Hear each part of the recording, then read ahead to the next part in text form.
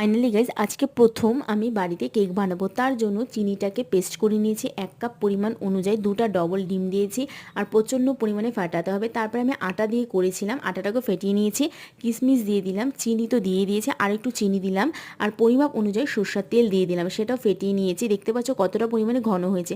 আর কাগজটা পরিমাপ অনুযায়ী কাটতে হবে, তার উপরে তেল দিয়ে দিতে হবে।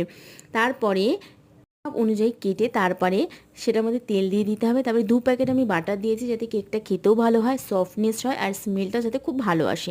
আর ফেটানোর পর ঘন কতটা পরিমাণে হয়েছিল তোমরা অবশ্যই দেখতেই পারছো। সেটা যত ফেটাবে তত কেকটা ফুলবে। আর তারপরে বেকিং পাউডার আমি দিয়েছিলাম, তো ওটার ফুটেজটা হয়তো নেই, আমার ডিলেট হয়ে গেছে, সেই জন্য দিতে পারলাম না। আর 40 মিনিট পর দেখতে পাচ্ছ কতটা পরিমাণে কেকটা ফুলেছে আর খেতে এত পরিমাণে ভালো হয়েছে। আমি সত্যি কল্পনা করতে পারছি না এত ভালো কেক আমি বানিয়েছি।